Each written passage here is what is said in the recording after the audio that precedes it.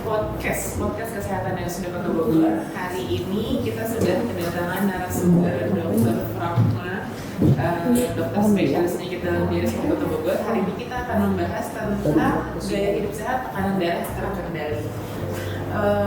Langsung kita mulai aja dong, atau gimana dokter kabarnya siang ini? Alhamdulillah sehat, dokter. Terima kasih.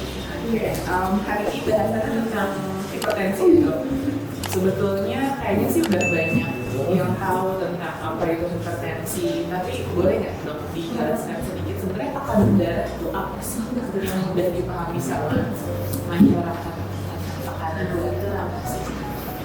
Baik, ya, terima kasih dokter Enel atas pertanyaannya. Selamat siang teman-teman, saudara-saudara semua, audiens dari YouTube RSUD Kota Bogor ya. Salam kenal, saya Dr. Pragma penyakit dalam. Ya, kita sekarang bahas tentang hipertensi. Tekanan darah itu kan sebenarnya adalah tekanan yang dihasilkan oleh pembuluh darah untuk supaya aliran darah dalam pembuluh darah itu berjalan dengan baik gitu. Jadi seperti itu. Jadi biasanya akan kita sebut namanya sistolik dan diastolik. Jadi kalau tensi yang di atas itu namanya sistolik, kalau yang di bawah itu diastolik gitu untuk bahasa untuk masyarakatnya itu. Kalau misalnya yang dibilang dengan tekanan darah tinggi sendiri itu apa dok? Atau hipertensi ya kalau orang misalnya atau tensinya naik nih, tensinya tinggi itu sebenarnya apa sih dok? Ya baik, hipertensi atau tekanan darah tinggi itu kalau kita punya tekanan sistolik di atas sama dengan 140 dan kalau di yang diastoliknya atau yang di bawahnya di atas sama dengan 90 dok, untuk klasifikasi dari hipertensi sendiri. Berarti di atas 140 sama per 90 ya dok ya?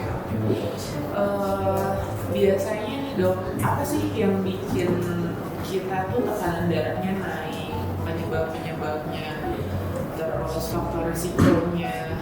Jadi warga masyarakat tuh bisa tahu kira-kira ketika kita tahu penyebabnya kan kita bisa tahu cara pencegahannya. Jadi kayaknya pengen tahu dulu nih apa sih yang bikin tekanan darah naik, apalagi kan tekanan darah tuh nggak ada gejalanya dok, yang tiba-tiba pas tensi kok tiba-tiba tensi naik sih, kenapa gitu? Ya betul.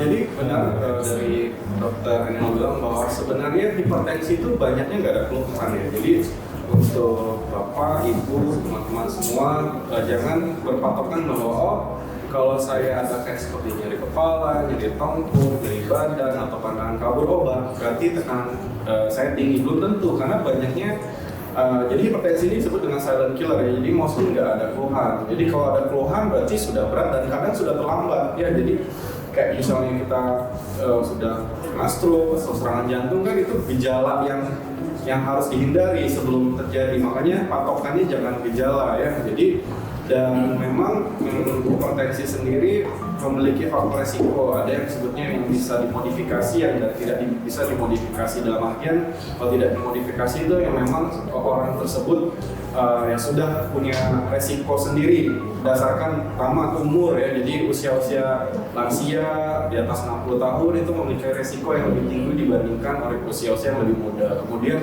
yang memiliki faktor genetik dalam artian di keluarganya memiliki riwayat hipertensi dengan yang tidak resiko lebih tinggi dok. Nah, kemudian yang untuk yang bisa dimodifikasi itu yang bisa kita hindari sebenarnya, misalnya kayak obesitas, kemudian gaya hidup yang jelek seperti banyak makan makanan yang asin-asin, makanan mengandung kolesterol yang tinggi, kemudian pasien yang bisa menjadi gaya hidup seperti diabetes, kayak banyak makan gula, kurang aktivitas ya, kurang olahraga, terus kebiasaan makan alkohol ya gitu ya dok. Jadi hal-hal tersebut bisa meningkatkan resiko kita terhadap kena hipertensi dok. Oke, jadi untuk faktor resikonya sendiri sebenarnya ada yang misalnya sebenarnya bisa kita hindari nih ya dok ya, terutama gaya hidup, makan yang enak tuh ternyata banyak yang tidak sehat ya. Iya, enak tiap orang tuh beda-beda ya dok ya, ada yang jadi it's about mindset sih ya, cuma memang yang gurih itu biasa lebih enak ya dok ya, gurih, manis itu cuma yang micin-micin iya, ya. Betul. ternyata efeknya untuk Iya. kita ke depan. Memang nanti kedepannya ada dong, nanti kita bahas mengenai tentang bagaimana pelaksanaannya. Bukan berarti bahwa saya nggak boleh makan asin, saya nggak boleh makan manis. Ada, boleh. Kita diperbolehkan senang, tapi senang yang terkendali gitu. Nanti ada takarannya nanti untuk bahasan berikutnya mungkin ya. Oke. Nah, karena hipertensi ini seringnya ya memang maksudnya tidak ada gejala ya dok. Ya.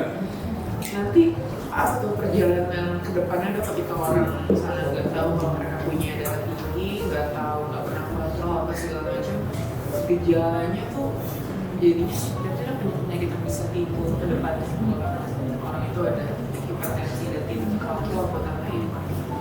Ya baik, nah, karena memang hipertensi itu kan kita utamanya dia komplikasi ke pembuluh darah ya. Jadi pembuluh darah kita dari atas dulu, ke atas misalnya bisa jadi stroke ya, stroke-nya bisa stroke penyumbatan atau stroke pembuluh darah, pecahnya pembuluh darah. Kemudian ke mata ya bisa jadi katarak ya, karena banyak katarak, bahkan pembuluh darah di sarafnya juga, di saraf mata pun pecah bisa menyebabkan bahkan sampai kebutaan.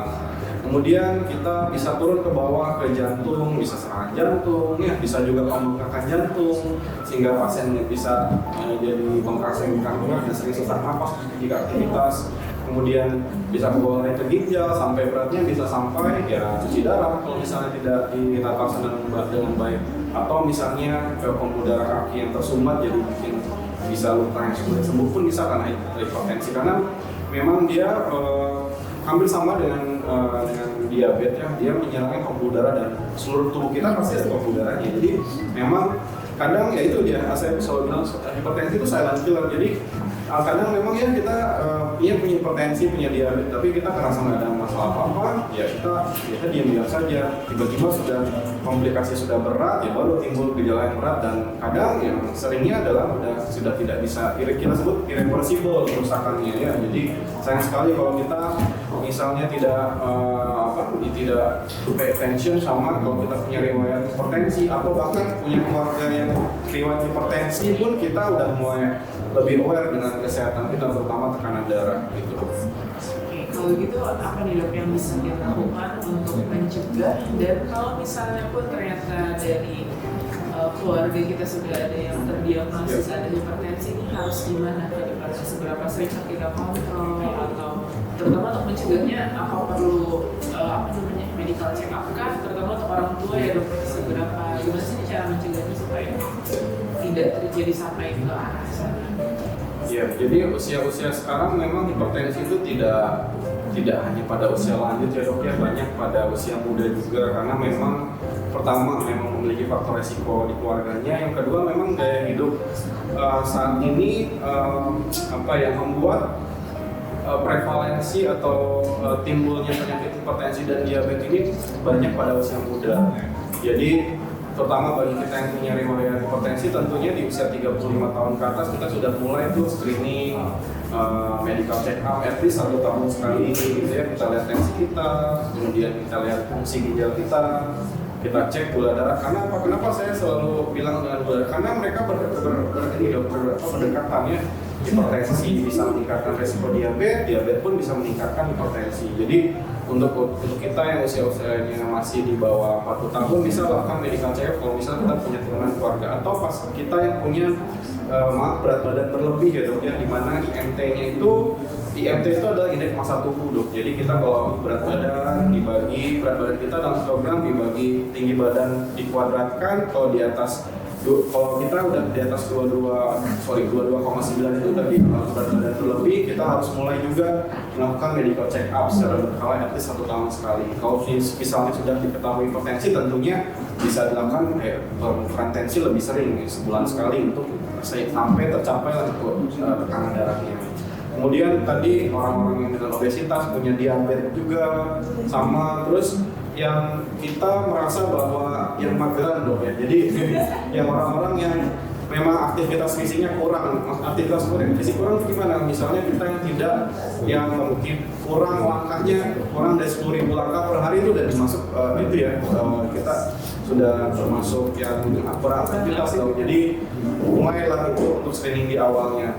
Tentunya memang setelah misalnya jika tidak ada keluhan bisa dilakukan screeningnya setiap 1 tahun sekali. Kemudian kalau misalnya sudah ternyata terdiagnosis memang hipertensi, tentunya ya tadi saya bilang ikuti saran dari dokternya untuk at least 1 bulan sekali sehingga untuk evaluasi tensinya sudah mencapai target atau belum, apakah sudah kemudian juga sudah terjadi komplikasi atau belum ya. Jadi biasanya kalau kita pasien pertama kali terdiagnosis hipertensi langsung kita evaluasi satu-satu komplikasi yang sudah terjadi pasien tersebut apa, karena betul, jadi apakah sudah ada ke arah otaknya, matanya, jantungnya, ginjalnya, karena tentunya itu akan mempengaruhi keagresivitas kita dalam mengobati pasien, dalam artian mengenai dosis, kemudian kapan kontrolnya, kemudian bahkan juga jenis-jenis obatnya pun tentu perlu di adjust dengan kalau misalnya pasien-pasien dengan kondisi tertentu dok gitu. Jadi sangat penting untuk kontrol ketemu dokter ya dok ya, karena kadang pasien tuh capek gitu dok, harus 3 bulan kontrol. Sekarang pertanyaan gini dok, ini yang sering tanyakan sama pasien biasanya, bisa sembuh nggak sih dok? Baik. Oke, ini ya, saya juga mengenai tadi capek, sama dokter juga kalau misalnya pasiennya nggak sembuh juga sama, kita juga capek dan capek. Itulah kenapa sebenarnya yang paling bertanggung jawab dan bertanggung jawab mengenai kesehatan pasien tersebut adalah pasien itu sendiri ya. Jadi jangan sampai kita nih pasien datang ke kita udah kasih saran, sudah kasih obat, tapi kadang pasiennya sendiri ya tidak melakukan semaksimal mungkin yang dia bisa. Dalam artian oke lah minum obat dia tapi tetap makanan tidak dijaga, olahraga yang disarankan tidak disarankan, tidak dilakukan, gaya hidup yang dilarang tetap dilakukan. Jadi memang kayak gali lubang tutup lubang. Dokternya udah kasih untuk menurunkan, dia tambah lagi, itu yang sebenarnya agak memperlama. Makanya kalau ketika pasien itu berobat, saya selalu tanamkan, apalagi kalau pasiennya baru berobat dan baru mengetahui mengenai hipertensi, tentunya saya akan tanamkan bahwa kesehatan utama adalah Bapak sendiri yang harus bertanggung jawab, dalam artian Bapak yang harus lebih semangat dari saya. Jadi gaya hidupnya harus berubah, mau nggak mau, karena ya faktor utama saat ini adalah itu ya, gaya hidup yang selama ini Bapak lakukan itu memang tidak baik. Kalau misalnya mau perbaikan atau mencapai target tensinya, gaya hidup yang kemarin harus segera diubah. Tentunya memang butuh waktu. Ya saya pun tidak akan bisa menyuruh yang tadinya dia aktivitas nggak pernah olahraga sama sekali terus saya langsung olahraga tiap hari, nggak juga. Yang penting ada progresnya. Bisa kayak yang tadi 3 kali seminggu, nanti kita evaluasi 1 bulan, dok saya bisa nih dok 3 kali seminggu, oke nanti naik 4 kali.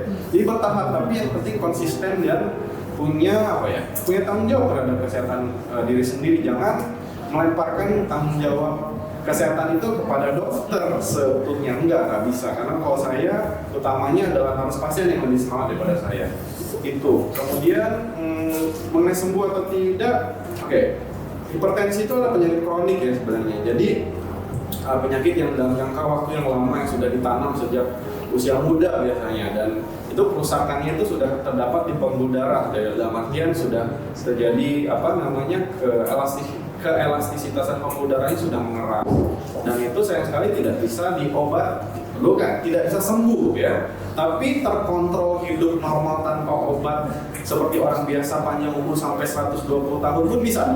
Ya, jadi dalam artian bukan berarti bahwa hipertensi jadi saya nggak bisa sembuh. Memang tidak bisa sembuh, tapi gaya hidup tanpa obat itu bisa, dan bisa sekali, dan banyak yang bisa dilakukan. Jadi dia sudah terkontrol gitu sebetulnya, tapi tidak sembuh. Kenapa tidak sembuh? Karena suatu saat kalau misalnya ada kondisi dalam artian apakah gaya hidup bapak ibunya kembali lagi tidak baik, tentu akan meningkatkan resiko dia akan kembali lagi. Jadi saya tidak bilang pasien hipertensi itu sembuh, karena dia kalau sembuh dia akan kayak langsung lalai itu balik lagi, karena memang dasarnya memang sudah ada pasien tersebut cenderung dengan tekanan darah tinggi tuh. Kalau udah sembuh kan, udah sembuh. Nah itu beda, kalau kayak batuk pilek, diare itu bisa sembuh. Kalau hipertensi maaf sekali gitu ya. Memang terkontrol. Betul, kita sebutnya terkontrol. Tapi bukannya nggak bisa hidup bahagia, bisa sekali ya.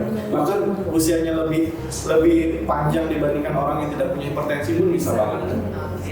Sama ini mungkin terakhir dok, yang sering ketemu pasien dia itu gini, kalau kamu minum obat itu adalah nanti harus minum obat setiap hari itu ginjalnya katanya kena nih, atau takut kan kena ke yang lain, jadi saya bawain obat terus aja, saya takut ketergantungan obat katanya gitu. Iya. Oke. Ya, terima kasih. Ya jadi memang perlu pola pikirnya harus berubah dulu ya. Pola pikirnya harus mindsetnya adalah dengan tekanan darah yang tinggi yang membuat seseorang bisa komplikasi ke ginjal. Ya, jadi tekanan darah yang tinggi itu adalah sangat merusak pembuluh darah dan salah satunya pembuluh darah ginjal. Jadi gimana caranya turunkan pembuluh darahnya?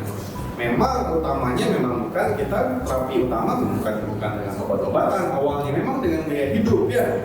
Gaya hidup, dalam gaya hidup itu seperti apa? Misalnya dari pola makan, misalnya dia pola makan kurangi garam, sehari itu maksimal 1 sendok teh ya, kurangi gula maksimal gula pasir itu 50 gram, itu kurang lebih 4 sendok makan sehari ya dok. No MSG, terus kurang itu minyak jenuh kita sebutnya ya. Terus itu makanan ya, terus kemudian olahraganya kalau bisa itu 3-5 kali dalam seminggu kurang lebih 30 menit ya. Jadi total kalau paling bagus itu 150 menit per minggu untuk olahraga. Apa aja yang disarankan? Olahraganya pertama yang disarankan itu berenang, bersepeda yang kita sebut aerobik, jadi yang ritmikal, jadi konstan gitu, sehingga kita melatih jantung kita, sehingga nanti diharapkan berat badan pun bisa turun. Apa aja tadi? Berenang, bersepeda, berlari, jogging, jalan 10.000 langkah per hari pun dari dianggap sebagai olahraga dan bisa menurunkan resiko untuk hipertensi. Kemudian istirahat cukup, misalnya 8 jam sehari, kurangi stres itu ya pekerjaan. Ya, itu sulit tapi bisa dilakukan kalau saya bilang tadi, kalau misalnya pasien tersebut punya tanggung jawab dan motivasi tinggi. Itulah kenapa utamanya itu nggak bisa dilakukan kalau misalnya dirinya nggak bisa. Itu dulu tanamkan ya. Itu bisa banget dilakukan. Banyak kok orang-orang yang saya lihat di sosial media, orang-orang yang berat badan berlebih, obesitas, bahkan obesitas di grade 2 aja bisa turun karena apa? Dia konsisten melakukannya. Betul, dan konsisten dan dilakukannya dengan ikhlas. Kenapa? Jangan berharap sesuatu itu cepat instan. Nah, nanti untuk reboundnya akan lebih parah lagi. Biasanya itulah kenapa saya bilang slow and steady tapi permanen kayak gitu dok. Itu ya makanya kalau misalnya itu sudah tidak bisa, nah baru kita ke obat-obatan. Dokter pun jujur kita tuh pengennya nggak pakai obat-obatan ya. Cuma ya memang banyaknya kondisi kita itu orang-orang yang sudah berat, pasien-pasien dengan sudah komorbid, terus pasien yang sudah rujukan dari fase 1 itu sudah dengan udah obat-obatannya sudah banyak dan tidak terkendali ya mau nggak mau pada saat kita datang tentunya untuk segera menurunkan tensi dan hingga mengurangi resiko komplikasi tentu kita akan kasih obat. Nah, seperti saya bilang tadi, tentunya obat ini tidak permanen ya, gitu. Tidak permanen. Itulah kenapa butuhnya kontrol. Kenapa? Untuk mengevaluasi dosisnya, apakah cukup atau tidak. Kalau misalnya sudah cukup, bisa tercapai target tensinya ya kita turunkan pelan-pelan. Nah, itulah kenapa itu salahnya orang adalah ketika dia sudah merasa sehat, tidak ada keluhan, tensi bagus, langsung di stop. Itu yang berbahaya. Jadi dia langsung tinggi dan itu yang suka menyebabkan serangan stroke, serangan jantung. Makanya butuh expertise atau pendapat dari dokter yang ahli untuk kapan saya stop, kapan saya menurunkan dosisnya, berapa dosisnya, bagaimana, dan kapan saya bisa stop, seperti itu dok. Nah, untuk komplikasinya ya obat-obatannya itu yang diberikan adalah menurunkan tensi sehingga tidak terjadi komplikasi, dan tentunya memang bukan masalah ginjal sih, lebih ke pasien tersebut obat anti hipertensi yang bagus apa, karena misalnya pada pasien DM, riwayat stroke, obesitas, atau bahkan dengan gaya hidup tertentu kita punya style sendiri ya, modifikasi apa yang diperlukan. Tapi kalau untuk obat-obatan bikin gangguan ginjal, untuk obat anti hipertensi tidak.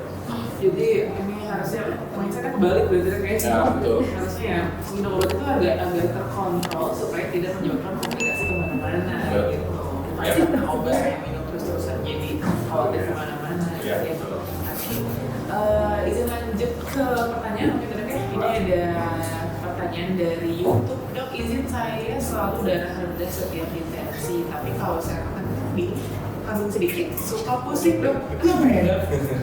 karena kenapa harus makan kambing buat penanganannya? Maksud tuh gini, jadi bukan berarti kalau kita makan kambing itu naik intensi, bukan terus kalau kita rendah makan kambing, enggak ya. Ya, jadi pertama tekanan darah rendah harus tahu dulu apakah memang tekanan darah rendahnya ada suatu penyebab, apakah ada masalah di masalah jantung atau pembuluh darahnya, atau ada penyakit-penyakit tertentu yang menyebabkan tensi kita turun. Kalau misalnya itu aman semua ya berarti lebih gimana? Lebih ke gaya hidup sehat tadi, olahraga, makanan bergizi. Ya olahraga kalau misalnya ke kasus sepertinya kayaknya ini orang yang masih aktif sepertinya karena bisa mau makan kambing, lebih baik olahraga banyak ya. Jadi 3-5 kali dalam seminggu olahraga kurang lebih 30 menit gitu aja. Nanti insya Allah naik dengan sendiri tekanan darah. Kambing ini selalu dikambing hitam kan? Karena dia kolesterol sebenarnya ya gitu ya, karena kolesterol. Oke, ini pertanyaan kedua dok, izin bertanya, kenapa saya tetap menderita tekanan darah tinggi meski sudah rutin berolahraga? Ya memang karena itulah kenapa tidak semuanya orang bisa dengan hanya gaya hidup, maksud saya ya. Ini bapak ibunya sudah step pertama sudah dilakukan nih, misalnya rutin olahraga, sudah memperbaiki gaya hidup, ternyata tekanan darah tinggi. Itulah kenapa harus step yang berikutnya, yaitu dengan obat-obatan ya. Jadi ini kalau misalnya sudah dilakukan dan masih tekanan darah tinggi ya saran saya minum obat gitu. Nanti kalau sudah bagus dan konsultasikan dengan dokternya, bisa di-challenge apakah bisa stop obat atau tidak gitu. Dan tentunya cari dulu komplikasi atau faktor penyebab tekanan darah tinggi yang lain pada bapak gitu. Karena banyak faktor-faktor yang ya betul ya, karena ada penyakit-penyakit tertentu yang bikin tekanan darah tinggi juga guys. Oke, kita ke pertanyaan ketiga dan terakhir ya sepertinya ya. Assalamualaikum, waalaikumsalam. Izin bertanya, kadang-kadang saya sakit kepala atau orang masuk migrain, padahal tensi saya 110 sampai 120. Apa yang sering migrain bisa disebut? Apakah yang sering migrain ini bisa disebut dengan hipertensi, dok? Ya, memang sekali lagi hipertensi tetap patokannya tensi ya, tekanan darah ya. Kalau tekanan darahnya belum masuk kalau klasifikasi tadi di atas 140 atau per 90 ya bukan hipertensi. Karena kalau migrain itu kan sebenarnya kan nyeri kepala ya, nyeri kepala yang disebabkan oleh apa ya? Disebutnya kontraksi dari otot di kepala ya. Jadi itu perlu dievaluasi apakah memang bisa dari kurang istirahat, orang yang sering terpapar oleh matahari juga bisa menyebabkan migrain, atau misalnya kurang makan gitu itu bisa menyebabkan migrain juga, tapi bukan karena hipertensi gitu. Kajian. Ya betul. Jadi atau faktor stres juga bisa menyebabkan migrain. Patokannya tetap harus tensi ya, kita bilang hipertensi. Iya. Begitu kira-kira warga Kota Bogor. Jadi saya rangkum sedikit mungkin enak ya. Perbincangan hari ini tentang hipertensi. Jadi yang saya tangkap sih sebetulnya hipertensi ini sangat bisa dicegah ya dok, kembali ke gaya hidup terutama. Kemudian kalau misalnya ternyata memang sudah ada terdiagnosis atau indikasi ke arah hipertensi, segeralah saran kontrol ke ahlinya, ke dokter dulu ya, entah mau ke dokter umum atau ke dokter spesialis untuk dievaluasi kembali apakah perlu obat-obatannya seperti apa. Ketika sudah kontrol rajin bisa dievaluasi lagi apakah bisa, mungkin bisa sampai tidak minum obat ya dokter? Ya bisa. Asalkan kembali lagi niat masing-masing orang itu pasiennya gitu. Oke, saya rasa untuk hari ini sudah cukup. Terima kasih banyak Dokter Pramana untuk penjelasannya yang sangat menarik. Pembahasannya juga sangat menarik. Mudah-mudahan bisa bermanfaat untuk warga RSUD Kota Bogor. Terima kasih. Selamat siang. Sampai jumpa di podcast berikutnya. Assalamualaikum warahmatullahi wabarakatuh.